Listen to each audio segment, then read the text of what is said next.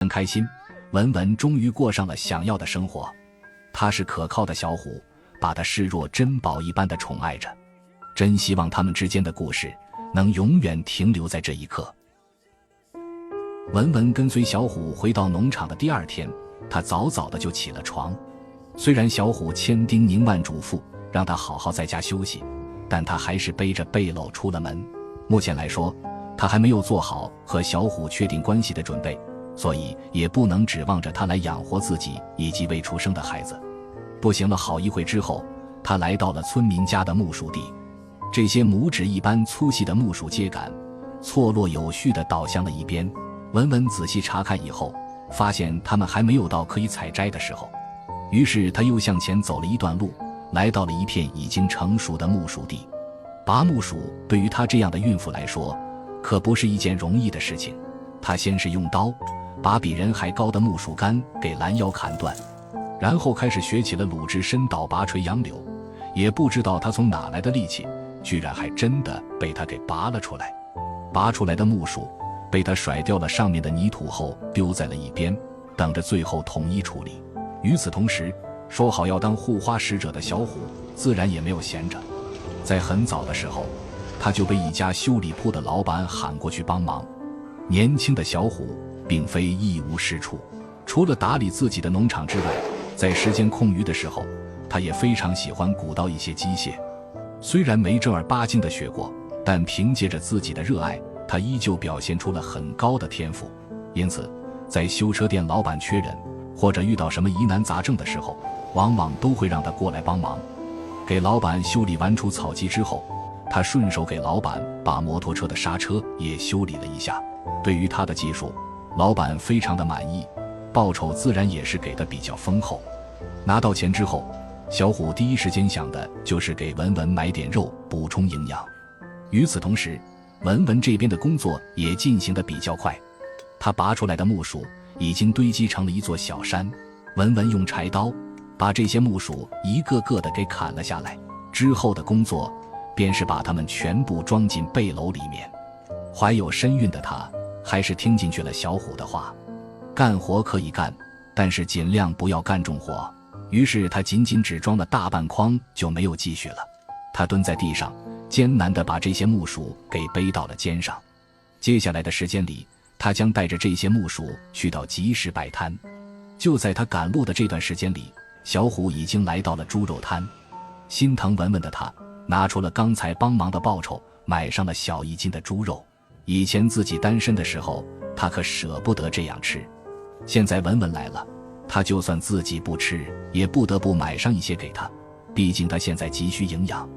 即使文文肚子里面的孩子不是他的，他依旧会爱屋及乌。真不知道该感叹爱情的伟大，还是该笑他太傻。被爱情冲昏头脑的他，目前来看一点也不介意喜当爹。当小虎回到农场的时候，文文也总算是来到了熟悉的老地方。此时菜市场的门口已经聚集了4、5位摊贩。相比于他们摊位上的蔬菜，文文背篓里面的木薯价值显然更低。这也就是带到县城里面来卖，要是在农村卖，估计没有人愿意买这种东西。要知道，在越南农村，几乎很多人家都会自己种植木薯，甚至绝大部分的人不会拿来自己吃，而是用来喂鸡鸭或者猪。不过农村常见的东西并不代表在城市就没有市场。这不，他刚摆好摊位，就有人跑过来买。人都是这样，吃惯了好饭好菜，偶尔还是想吃一吃这些粗粮的。一直等到周边摊贩都走得差不多的时候，文文才给所有的木薯卖了出去。卖完木薯的他蹲在原地开始数起了钞票，这是他辛苦了一上午的收获，因此他特别的珍惜。在给所有钞票叠放整齐以后，他离开了这里，踏上了回家的路途。在那里有一个温柔的男人正在为他准备着午餐。见到是文文回来了，小虎开心地打起了招呼，而文文也热情地回应了他。此刻的两人仿佛真的如同一对小夫妻那般恩爱。心疼文文的小虎让他赶紧回屋里休息，剩下的交给他来。这是这么久以来文文第一次感受到被别人照顾的滋味。对于小虎来说，在这个时间和文文重逢，就是对的时间遇到对的人。只不过现在的他还没有想好该和文文怎么开口，也没有想好和家人怎么交代。不过这一点也不耽误他全心全意地为文文付出。等到他回到屋里的时候，文文已经煮好了米饭，现在就缺一个蔬菜了。两人拿上铁锹，来到农场后山的竹林，那里的竹笋也到了可以挖的时候了。贴心的小虎自然是不会让文文挖的，他拿着铁锹在地里刨了起来。等到竹笋被他挖得差不多的时候，边上的文文才动起手来。这也挺好，至少两人间的情感可以在这样的互动里日益的增加。其实细细想一想，如今他们这种平静的生活真的挺好，虽然没有什么荣华富贵，却也基本自给自足。最重要的是，他们二人迷航的心灵都在这里得到了停靠。生活的平淡真实往往就是这样，两个人守着一个灶台，一个人做饭，一个人在边上帮忙。即使再简单的饭菜，加入幸福这味调味料，也能做出难得的美味。他们二人沉浸在这样的时光里，越发的难以自拔。文文和小虎在一起的事情，最终还是传到了小虎妈妈的耳朵里。在自己的丈夫知道之前，女人决定先去看一看究竟是怎么回事。在去儿子的农场之前，她来到小卖部，开始买起了零食。不难猜测，她这么做的目的可能是准备先礼后兵。买上2件东西以后，女人便离开了这里，向小虎的农场走去。此时的小虎还在打理着自己的农场，丝毫不知道自己的妈妈正在赶来的路上。很快就到了吃午饭的时候，小虎、文文两人坐在床上，正准备开始吃饭。他的妈妈拎着东西来到了这里。此时的他并没有着急进屋，而是站在棚子外面，透过竹子之间的空隙偷看起了两人。确定好儿子的屋子里果然有一个女人之后，他骂骂咧咧地拉开了屋子的门。进门之后，女人尽力地克制着自己不要发脾气，而小虎看到是妈妈来了，从床上下来，开始招呼起了母亲。与此同时，文文也非常懂事地从床上下来，去到厨房给老人拿起了碗筷。等到文文拿着碗筷回来的时候，三人非常尴尬地坐在了一起，说不上是刻意的讨好，只是出于礼貌，文文给老人盛起了饭。我想如果不是文文大着个肚子，女人应该会对她很满意吧。见儿子在身边，女人只能暂时压住不快，非常得体地接过了文文盛的饭。任谁也知道，在接下来的时间里，她一定会对文文发起刁难。果不其然，饭都还没吃上一口，她就询问起了文文的情况。这种行为简直就是在她在乎的人面前揭文文的伤疤。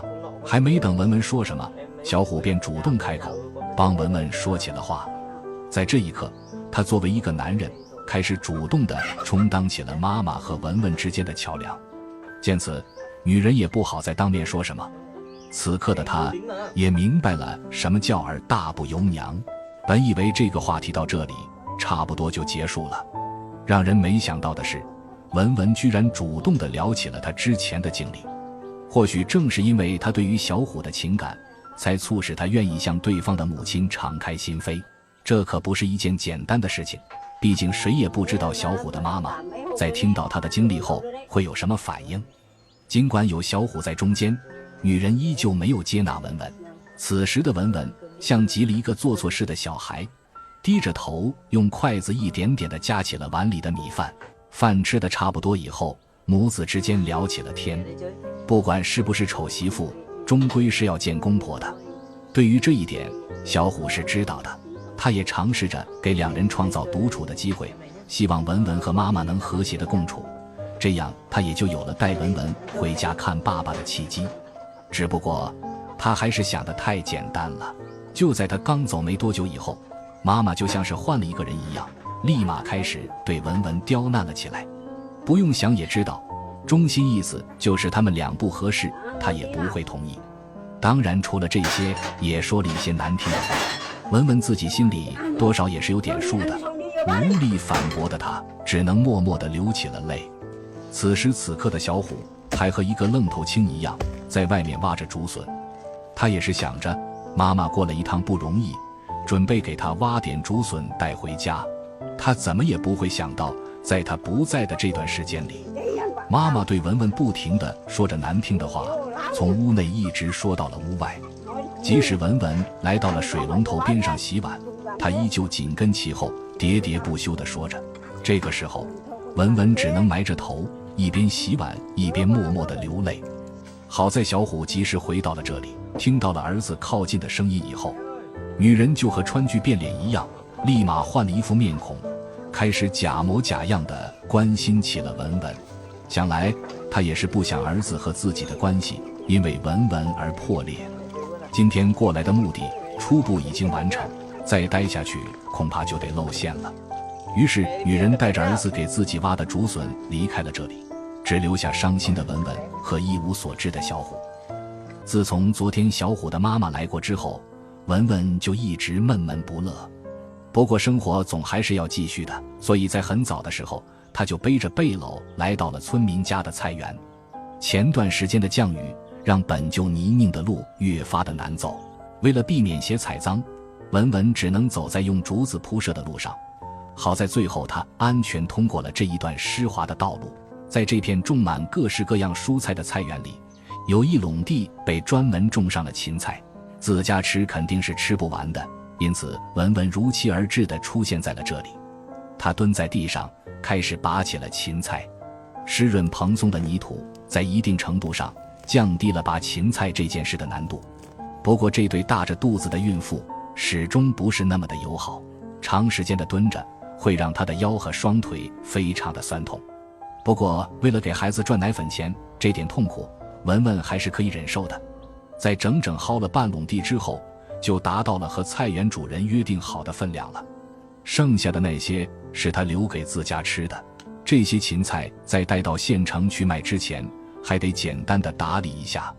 芹菜根部的泥土和根须会让爱干净的人望而却步。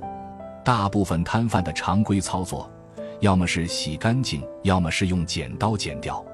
相比于前者来说，用剪刀剪掉更加的简单。剪好的芹菜被文文头朝上又栽进了背篓里。所有芹菜都处理好之后，他背着这些芹菜离开了这里。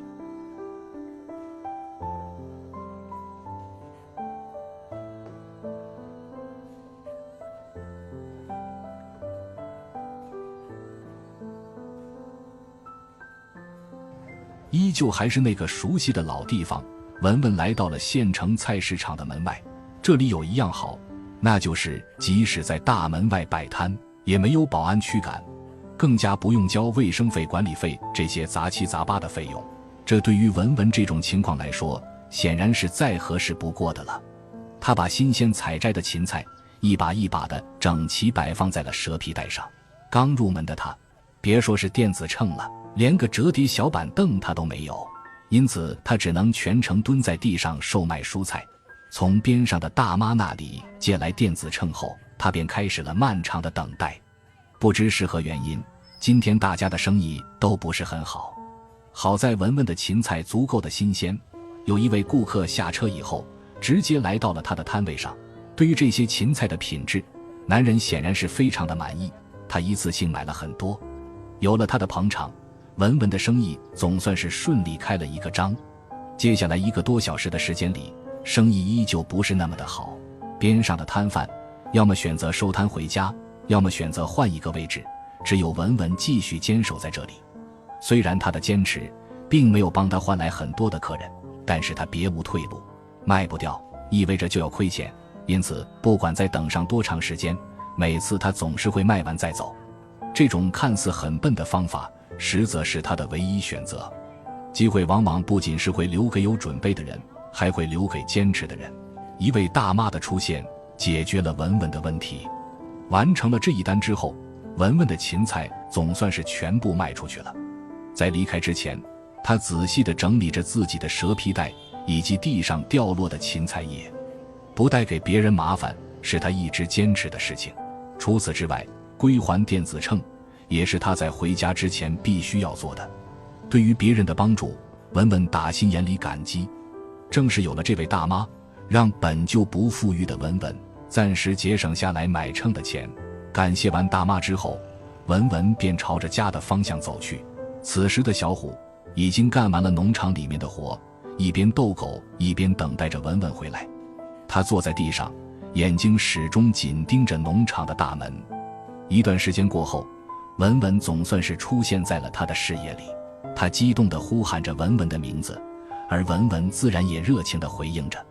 按捺不住想念的心情，小虎主动地迎了上去。两人如同热恋之中的情侣，哪怕一刻不见都会如隔三秋。前几天的劳累加上郁闷的心情，文文最终还是不可避免地病倒了。说来也无大碍，就是发烧咳嗽，全身无力。卧床休息的他，好在身边还有小虎的照顾。看着文文准备硬扛过去，小虎还是非常的不放心，所以他决定外出找些草药给文文治病。自小生活在农村的小虎，虽然没有专业学习过这方面的知识，但是他们的祖祖辈辈一直沿用着口耳相传的方式进行教导，因此大多数人对于草药的功效还是有一定的认知的。就在离农场不远的地方，小虎从路边的杂草里找到了自己想找的东西。对于这种杂草的功效，我们虽然不知道，但是相信小虎不是那种胡来的人。收集到足够的草药之后，小虎回到了农场。这些草药在熬制之前还得用水冲洗干净，特别是根部的泥土。经过他的细致处理，手里的草药已经达到了可以煎制的要求。小虎带着他们回到了屋内，在熬药之前，他来到床边开始查看起了文文的情况。连续的低烧让文文有些发冷，正盖着被子在休息。小虎见此情形，立马转身来到了厨房，开始煎起了药。从生火到煎药花费了大半个小时，好在药总算是被他煎好了。他用衣服包裹着手，把烧水壶里面的药给倒了出来，希望这大半壶的药下去，文文的病情可以得到好转。在给文文倒药的时候，他甚至不忘用嘴给药吹凉，由此可见他是真的非常贴心。当然对于这一切，文文还浑然不知。他正躺在床上浑浑噩噩地睡着觉，直到小虎给他扶起来的时候，他才从这种状态中醒来。小虎温柔地服侍着他，开始喝起了药。也许是药太苦了，也许是其他原因，文文并没有把杯子里面的药全部喝完。不过这也没关系，只要他能喝上2口，就不算辜负小虎的辛苦。喝完药的文文又开始躺在床上休息了起来。已经快1天没吃饭的他还是非常的虚弱。贴心的小虎给他熬了一些粥，看到小虎为自己的付出，文文即使没有一点胃口，还是勉强自己吃了一些。此刻的他看着温柔的小虎，心里应该也在暗暗庆幸自己找对了人。如果没有小虎，别说是生病有人照顾了，恐怕连住的地方都没有。吃了半碗粥以后，文文就再也吃不下去了。小虎也没有勉强他，又为他端来了熬好的药。看着文文喝了几口以后，他才放下心来。接下来的时间就让文文卧床休息吧，至于自己则是要出门干活去了。他把药放在文文的床头，轻轻地抚摸着他的额头，告诉他自己忙完了就会回来，他自己一个人在家好好的休息。做完这一切过后，小虎便离开了农场。他不知道的是，正是自己的这一次离开，导致他和文文的命运再次反转。就在他走后没多久，他的爸爸妈妈来到了这里。自从知道文文的事情以后，2位老人就非常的反对他们在一起。站在他们的角度来说，也无可厚非。毕竟谁也不想让自己的儿子做接盘侠，接受一个大着肚子的儿媳妇，更何况文文肚子里面的孩子还不是小虎的。话虽如此，但是他们处理的方式还是有些过分的。即使面对生病的文文，他们依旧没有表现出任何的怜悯与同情，直接粗暴地把他从床上给赶了下来。对于发生的这一切，文文非常的无奈，只能任由他们一边谩骂，一边驱赶着自己。手足无措的他被从屋子里面赶到了门外，与他一同被丢出来的还有他的行李。我想此刻谁也体会不到文文的心情。前些天被妈妈赶出家门的她，刚刚过上了几天稳定的生活，现在又遭到了男朋友父母的驱赶。难道她真的要为自己曾经犯下的一次错误而终身受到惩罚吗？自知无力改变现状的她，只能在2位老人的驱赶下，伤心地离开了这里。看着她渐行渐远的身影，实在很难想象，怀着孕还生病的她，接下来能去往哪里？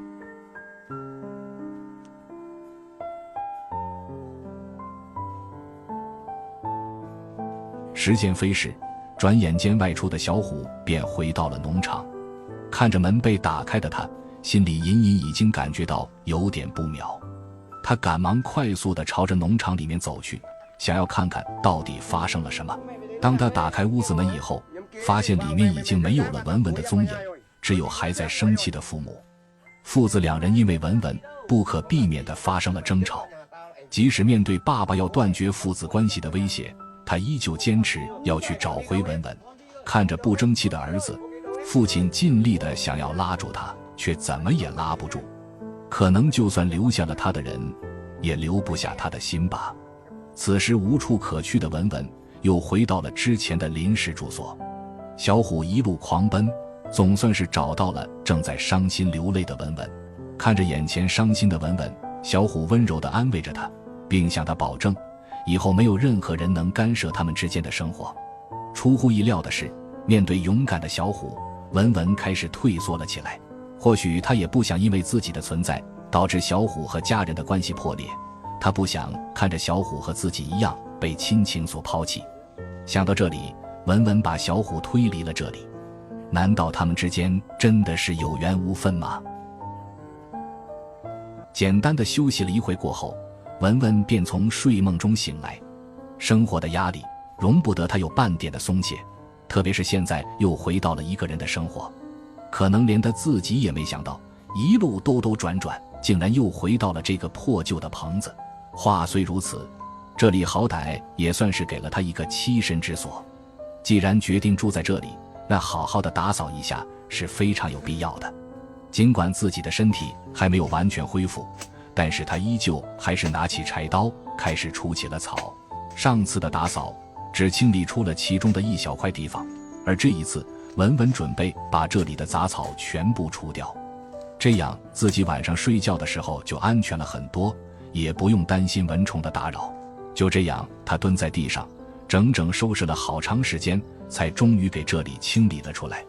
照理说他应该休息一会，不过此时的他可没有这个心思。趁着现在还早，他拿起挂在墙上的背篓，准备出发找活赚钱。春季的到来让万物都滋养出生机。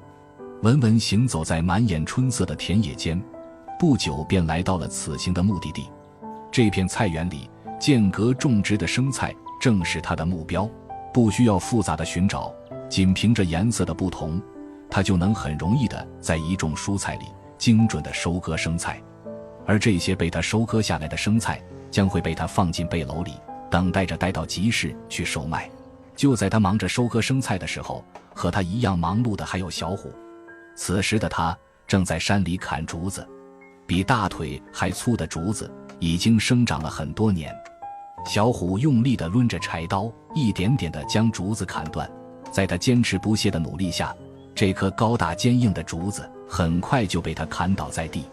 为了方便运输，他把这根竹子一分为二，只留下了自己想要的那一部分。运往山外的道路是漫长的，身材瘦小的小虎只能扛着竹子的一头，拖着这根沉重的毛竹。他拖着这根竹子朝着文文的庇护所走去。和他一样在赶路的还有收割完生菜的文文，不过他们并不会相遇，而是因缘巧合的错过。来到菜市场之后，文文又在老地方开始摆起了摊位。翠绿鲜嫩的蔬菜被他摆放在了蛇皮袋上，静静地等待着有缘人过来购买。作为众多摊贩里的排头兵，他的摊位总是能在第一时间吸引到顾客的目光。村民自家种植的蔬菜往往能让真正懂行的买家掏钱买单，合适的价格更是成了促进成交的催化剂。这一切就是在这样平平无奇的交流中达成一致。当然，等待也是必不可少。在生意不好的时候，文文也只能和大多数摊贩一样，盯着来来往往的人群发呆。他怎么也不会想到，上次被他拒绝过的小虎，在他不在家的这段时间里又来到了这里。如果喜欢一个人就是默默的付出的话，小虎显然是合格的。虽然不知道他准备用这些竹子来制作什么，但是能够想到这一切都是为了文文。空旷的田野响彻着小虎砍竹子的咚咚声，他带过来的一整根毛竹很快就被砍成了1米左右的长度。之后的时间里，这一节节的毛竹又被他破成了竹片。这些竹片在使用之前还得去掉毛刺。小虎坐在地上，用刀一点点地处理着这些竹片。这个过程是漫长的，也是最考验耐心的。不过为了文文，这一切都是值得的。等到镜头再次给到他的时候，他已经拿着这些竹片编织了大半个栅栏了。想来他也是考虑到文文一个人住在这里不是太安全，故此前来制作栅栏。编织好的栅栏被他安装在了棚子的2根竹子之间。就这样，1片、2片、3片。等到文文快要回到这里的时候，栅栏已经制作得七七八八了。不过看到是文文回来了，小虎并没有选择继续做下去，而是躲了起来。或许他是害怕文文拒绝自己的帮助，或许是没脸见文文。总之，他只能躲在一边，默默地注视着文文。文文回家之后，看到这些栅栏，自然也是知道是谁弄的。虽然他不想和小虎之间再有什么过多的瓜葛，但是看着这些东西，他还是很感动的。于是他开始收拾起了这些垃圾。小虎还没来得及清理的竹片，被他全部扔到了栅栏外面。等到这些东西全部被清理干净以后，文文便开始铺起了床铺。从垃圾桶捡来的垫子再一次发挥了作用。文文把它铺在地上，然后又从行李包里拿出了毛毯。借助着这床毯子还有背包，他总算是能好好的休息一会了。看到文文休息了以后，躲在一边的小虎才放心的离去。